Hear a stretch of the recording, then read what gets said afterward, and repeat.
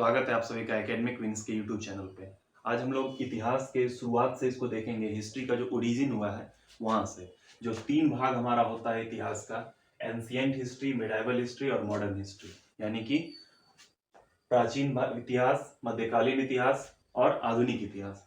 इस तीनों के बारे में, तीनों का जो एक तरीके से क्रोनोलॉजी बटा हुआ है उसी को हम लोग आज देखेंगे। इसमें एंशिएंट हिस्ट्री का एक बड़ा सेक्शन है इसमें, और उसके बाद मिडाइवल हिस्ट्री और फिर मॉडर्न हिस्ट्री। इसको तीन भाग में डिवाइड करके हम लोग पढ़ते हैं। जो शुरुआत का जो समय होता है उसको हम लोग एंशिएंट हिस्ट्री में रहते हैं। फिर जब इस्लामिक आक्रमण होता है, यानी कि इस्लामिक इन्वेजन होता है हमारे यहाँ 712 में, वहां से हम लोग मध्यकालीन भारत के बारे में पढ़ते हैं। और 1707, 3 मार्च 1707, जब मुगल बादशाह औरंगजेब का डेथ हो जाता है, उसके बाद से हम लोग आधुनिक भारत यानी कि मॉडर्न हिस्ट्री के बारे में पढ़ते हैं। तो इसमें सबसे पहले एंशिएंट हिस्ट्री में तीन भाग में इसको, जो प्राचीन भारत है हमारा, प्राचीन इतिहास है, उसको तीन भाग में विभाजित किया गया। Pre historic age, proto historic age और हिस्टोरिक एज। जो प्री हिस्टोरिक एज होता है, जिसको कि प्राग ऐतिहासिक काल कहते हैं, उस ऐसे काल को कहते हैं जिस काल में न तो उसकी कोई लिपि खोजी गई, लिपि यानी कि स्क्रिप्ट, और न तो उसको पढ़ा गया। अगर लिपि नहीं खोजी गई तो उसको पढ़ा भी नहीं जा सकता है। तो इस काल के बारे में हमारे पास बहुत ज्यादा साक्ष्य मौजूद नहीं, लिखित साक्ष्य मौजूद नहीं है।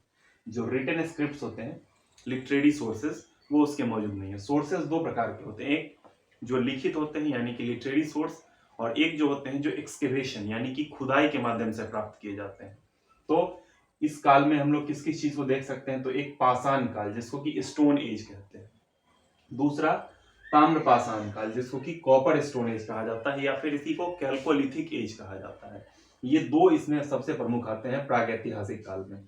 उसके बाद प्रोटो हिस्टोरिक एज यानी कि आद ऐतिहासिक काल। आद ऐतिहासिक काल ऐसे काल को कहते हैं प्रोटो हिस्टोरिक, यानी कि इसमें लिपि तो खोजी गई लेकिन उसको पढ़ा नहीं जा सका, यानी कि उसकी लिपि मौजूद है लेकिन उसके बारे में पढ़ा नहीं गया है। इस काल के एग्जाम्पल कौन से हो जाएंगे, तो सिंधु घाटी सभ्यता, इंडस वैली सिविलाइजेशन, और दूसरा वैदिक सभ्यता जिसको कि वैदिक सिविलाइजेशन कहते हैं। और तीसरा है ऐतिहासिक काल, हिस्टोरिक एज। हिस्टोरिक एज वैसे एज को कहा जाता है, वैसे काल को कहा जाता है जहां लिपि भी खोजी गई और उसको पढ़ा भी गया। और इसका सबसे प्रमुख उदाहरण क्या हो जाएगा, मौर्य काल। जिस मौर्य काल की जो लिपि थी, ब्राह्मणी लिपि, उसके बारे में जेम्स प्रिंसेप ने 1829 में सबसे पहले बार उसको पढ़ा था। तो इन तीन कालों के बारे में पढ़ना है आज। तो सबसे पहले स्टोन एज। स्टोन एज को हम लोग एक और नाम से जान सकते हैं, लिथिक एज।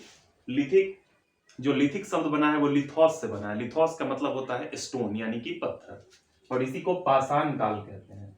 पाषाण काल तीन भागों में विभाजित किया गया है, पैलियोलिथिक एज, मेसोलिथिक एज और नियोलिथिक एज। पैलियोलिथिक एज यानी कि पूरा पाषाण काल, पूरा मींस जो पुराना हो जाएगा, और पाषाण यानी कि पत्थर। तो जो पूरा पाषाण काल है उसको पैलियोलिथिक एज कहते हैं। दूसरा है मध्य पाषाण काल, मेसोलिथिक। मेसो मध्य यानी कि बीच का काल, और लिथिक स्टोन, तो ये हो जाएगा मध्यकाल। और तीसरा हो जाएगा नियोलिथिक। नियो मींस नव, यानी कि जो नया इरा है। स्टोन एज में ही जो ट्रांजिशन हो रहा था, धीरे धीरे बदलाव हो रहा था, उसी के बारे में इसमें देखना है। नियोलिथिक एज, तीनों का काल महत्वपूर्ण है। जो 5 लाख बीसी, बीसी यानी कि बिफोर क्राइस्ट, जो ईसा मसीह के जन्म से पूर्व का समय था उसको बिफोर क्राइस्ट कहा जाता है। तो 5 लाख बीसी से 10,000 बीसी तक का जो पीरियड है उसको पैलियोलिथिक एज कहते हैं। ये सबसे बड़ा पीरियड है। जो हमारे मानव इतिहास की जो 99% घटनाएं हुए, 99% जो भी इंसिडेंट्स हुए हैं वो इसी काल में हुए हैं, पैलियोलिथिक एज में ही हुए हैं। उसके बाद 1% के बारे में हम लोग इधर पढ़ते हैं। ये सबसे बड़ा काल है, 5 लाख बीसी से 10,000 बीसी तक, जब आदमी को आदिम रूप में जाना जाता था, यानी कि प्रिमिटिव मैन, जिसको कि अर्ली मैन कहा जाता है, उस रूप में जाना जाता था पैलियोलिथिक एज में। इस काल में लोग पत्थर के औजार बना के काम करते थे, और शुरुआत में जो इंसान हुआ करते थे वो आखेटक और खाद्य संग्रह, यानी कि हंटर एंड फूड गैदरर्स, उनका काम ही था जो भोजन प्राप्त करने के लिए शिकार करना, और दूसरा जो कंदमूल होते थे, जो ट्यूबर्स वगैरह होते थे, उनको कलेक्ट करके लाना ताकि अपने पेट को पाल सकें। ये 5 लाख से 10,000 बीसी तक का पीरियड हो जाता है। दूसरा है मेसोलिथिक, जिसका की काल हो जाता है 6,000 से 10,000 से 6,000 बीसी तक। इस काल में क्या हुआ था कि माइक्रोलिथ्स की खोज हुई थी। माइक्रोलिथ्स यानी कि माइक्रो मींस छोटा। जो मध्य पाषाण काल में जो ये औजार खोजे गए थे इनको माइक्रोलिथ्स कहा जाता है। जो पहले के औजार होते थे उनकी तुलना में ये थोड़े छोटे होते थे और नुकीले, शार्प हो गए थे। तो इस टाइप के औजारों को मेसोलिथिक एज कहा जाता है। और तीसरा जो पीरियड है वो है 6000 से 3000 बीसी तक। 6000 से 3000 बीसी तक नवपाषाण काल। मानव इस काल तक थोड़े व्यवस्थित हो चुके थे और यहाँ पर क्या हुआ था, लोग पशुपालन यानी कि जो हर्डिंग था, एनिमल हस्बेंड्री था, उसकी भी शुरुआत कर चुके थे। और दूसरा जो एक परमानेंट सेटलमेंट का जो विचार था वो भी लोगों के मन में आ गया। सेटलमेंट भी यहाँ से शुरुआत हो गई। तो शुरुआत में क्या हुआ था, लोगों ने गलती से उनके हाथ से कहीं पर भी बीज गिर गया तो उसके बाद उन्होंने समझा कि वही दैविक कार्य यानी कि डिवाइन पावर है जिसके कारण कोई फूल, कोई या फल या फूल या कोई भी अनाज उग रहा है। तो इस चीज को धीरे धीरे उन्होंने डेलिबरेटली करना शुरू किया और उनको पता चल गया कि एक प्रकार है जो कृषि होती है और इसी के कारण लोगों ने डेलिबरेटली खेती करना यानी कृषि करना शुरू किया। और उसी के कारण से लोगों ने नदी के आसपास वाले क्षेत्रों में, क्योंकि उनको इरिगेशन यानी कि सिंचाई की भी जरूरत होती थी, तो नदी के आसपास वाले क्षेत्रों में इन्होंने खेती करना शुरू किया। इसी कारण से आज दुनिया के जितने भी बड़े बड़े शहर है वो किसी न किसी नदी के किनारे ही मौजूद है। जैसे पटना है या फिर दुनिया के कोई भी शहर हो, आप वाराणसी ले लीजिए, उज्जैन ले लीजिए, जो भी है सब बड़े बड़े नदी के किनारे है। तो ये न्यूलिथिक एज का पीरियड था। इस काल में लोगों ने आग की खोज की। इस पूरे पाषाण काल में ही अगर हम लोग देखें तो लोगों ने आग की खोज की। लोग पहले गुफा में रहा करते तो गुफा से उठ करके वो लोग बस्ती में रहना शुरू किए, छोटे छोटे समूह में। और इस प्रकार से लोगों ने जब आग की खोज कर ली तो उनके लिए सुरक्षा का भी एक कार्य हो गया। लोग जो पहले कच्चे मीट को खाते थे उसको पके हुए रूप में खाने लगे। तो इस प्रकार से लोगों में एक ट्रांजिशन आया, बदलाव आया।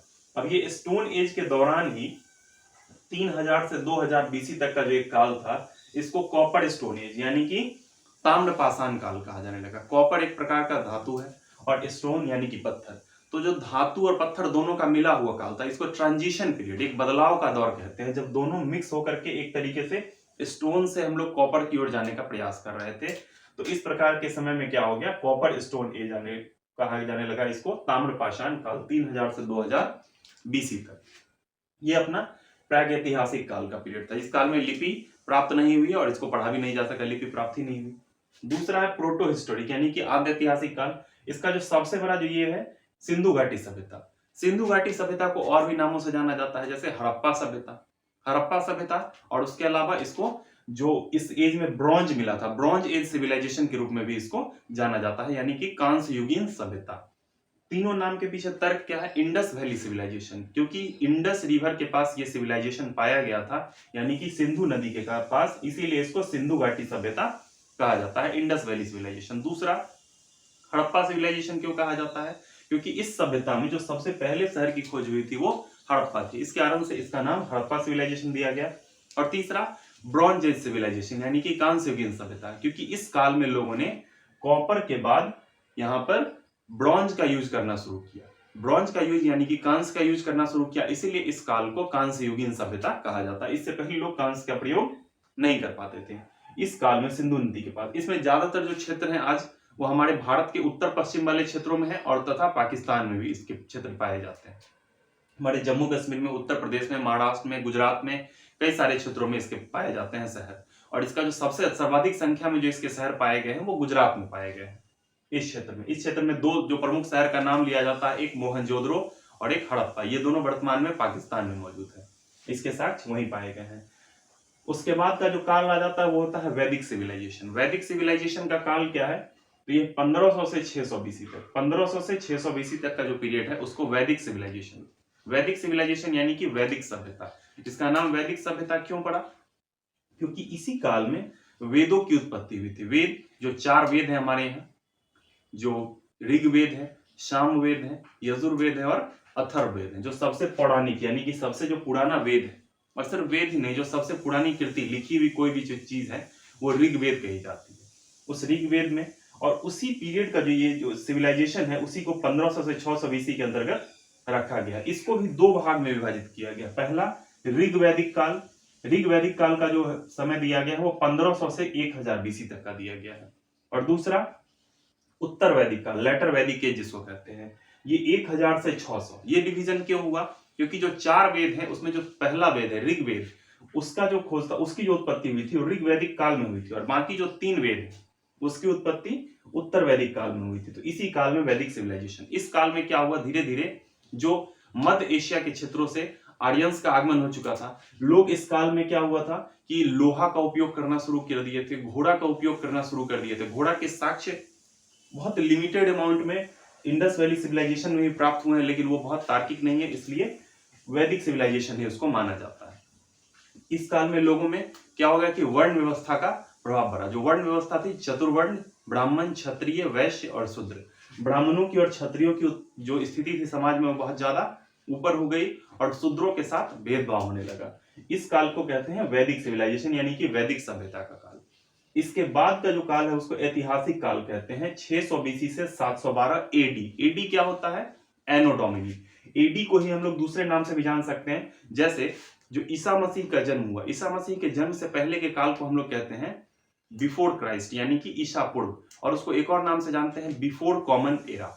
और ईसा मसीह के जन्म के समय से जो पीरियड शुरू हो गया उसको कहते हैं कॉमन एरा, सीई। और इसी सीई को हम लोग एडी यानी कि एनो डोमिनी के नाम से ही जानते हैं, जैसे 2022 एडी। तो ये 600 बीसी से 712 एडी तक का जो काल होगा उसको ऐतिहासिक काल कहते हैं। इसमें जो सबसे प्रमुख कार्य हुए, जो सबसे प्रमुख जो चीज इसमें जो पढ़ा जाता है वो है मौर्य काल। मौर्य काल यानी कि भारत के जो सबसे महान राजा हुए, सम्राट हुए, चंद्रगुप्त मौर्य या फिर जो अशोक हुए, इनके बारे में पढ़ा जाता है। फिर गुप्त काल में जो गुप्ता का पीरियड जो हो जाता है उसमें ये समुद्रगुप्त हो गए, चंद्रगुप्त, विक्रमादित्य हो गए, इन सब जो महान राजाओं के बारे में पढ़ा जाता है। जो महाजनपद का काल था, महाजनपद के काल में हम लोग जो 16 महाजनपद, इसके बारे में पढ़ा जाएगा, जिसकी जानकारी हमें बौद्ध ग्रंथ है अंगुत्तर निकाय उससे प्राप्त होती है। इस मगध, इसमें जो 16 महाजनपद हुआ करते थे उसमें सबसे प्रमुख जो जनपद था वो महाजनपद था, जो बिहार में गंगा नदी के दक्षिण के क्षेत्र में पाया जाता है। और जो सारे जो महान महान भारत के साम्राज्य हुए ज्यादातर वो मगध में ही पाए गए। इसके अलावा इसमें जो धार्मिक पुनरुत्थान का भी दौर रहा, रिलीजियस इंकारनेशन हुआ यहाँ पे, और बुद्ध धर्म और जैन धर्म की उत्पत्ति हुई। जो महावीर जैन, जो बुद्ध धर्म में जो 24 तीर्थंकर हुआ करते थे उसमें 24वें तीर्थंकर थे, और बुद्ध धर्म जो उनको शुरू करने का जो बौद्ध धर्म को श्रेय दिया जाता है वो गौतम बुद्ध, जिनका की मूल नाम सिद्धार्थ था, इनको दिया जाता है। इन दोनों की उत्पत्ति के पीछे भी तर्क ये था कि जो ब्राह्मणों का जो वर्चस्व था समाज में वो बहुत ज्यादा बढ़ गया था। तो क्षत्रिय कुल से आने वाले महावीर और जो गौतम बुद्ध थे, इन्होंने नए नए धर्म को बहुत आगे बढ़ाया, और बिहार से ही इन दोनों चीज जो धर्म थे इन दोनों का उदय हुआ। तो इसके बारे में हिस्टोरिक एज में पढ़ना है। प्लस जो पुष्यमित्र शुंग वगैरह हुआ करते थे मौर्य वंश के बाद, जो उन्होंने शुंग वंश की स्थापना की। फिर उसी क्षेत्र में उत्तर पश्चिम से आने वाले शक, कुषाण, चेर, इन सब के बारे में पढ़ना रहता है। और फिर दक्षिण भारत में भी अगर हम लोग आएंगे तो चोल साम्राज्य के बारे में, जो पांडे साम्राज्य है उनके बारे में, और चेर साम्राज्य जिनको कि संगम राजवंश कहा जाता था, तीनों को मिलाकर, तो इनके बारे में जानकारी भी हमें इसी काल में मिलती है। तो ये हमारा प्राचीन इतिहास था जिसको कि 3 भागों में बांटा गया और उसके भी सब पार्ट्स हुआ करते थे। अब क्या है उसके बाद? मध्यकालीन भारत। मध्यकालीन भारत की शुरुआत होती है 712 एडी से 1707 एडी। 712 क्यों? क्योंकि 712 में पहली बार भारत में इस्लामिक आक्रमण हुआ था। 712 में मोहम्मद बिन कासिम ने सिंध के क्षेत्रों में आक्रमण किया था, जो दाहिर सेन वहां के शासक हुआ करते थे उनके ऊपर।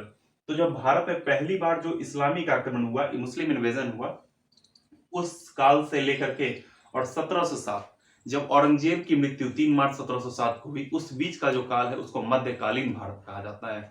इसमें जो प्रमुख है, जो 3 आक्रमणकारी थे हमारे देश में, मोहम्मद बिन कासिम, उसके बाद महमूद गजनवी, और तीसरे मोहम्मद गौरी जिनको कहा जाता है। इन तीनों के बारे में पढ़ना है। मोहम्मद गौरी के ही जो दास थे, मोहम्मद गौरी के दास के बारे में चर्चा होती है, कुतुबुद्दीन ऐबक, जिस दास ने गुलाम वंश की स्थापना की, और गुलाम वंश ही दिल्ली में जो पहला सल्तनत था, दिल्ली सल्तनत, उसका पहला वंश था। दिल्ली सल्तनत के बारे में पढ़ना है, जो 1206 से लेकर के और 1526 तक उसका काल माना जाता है।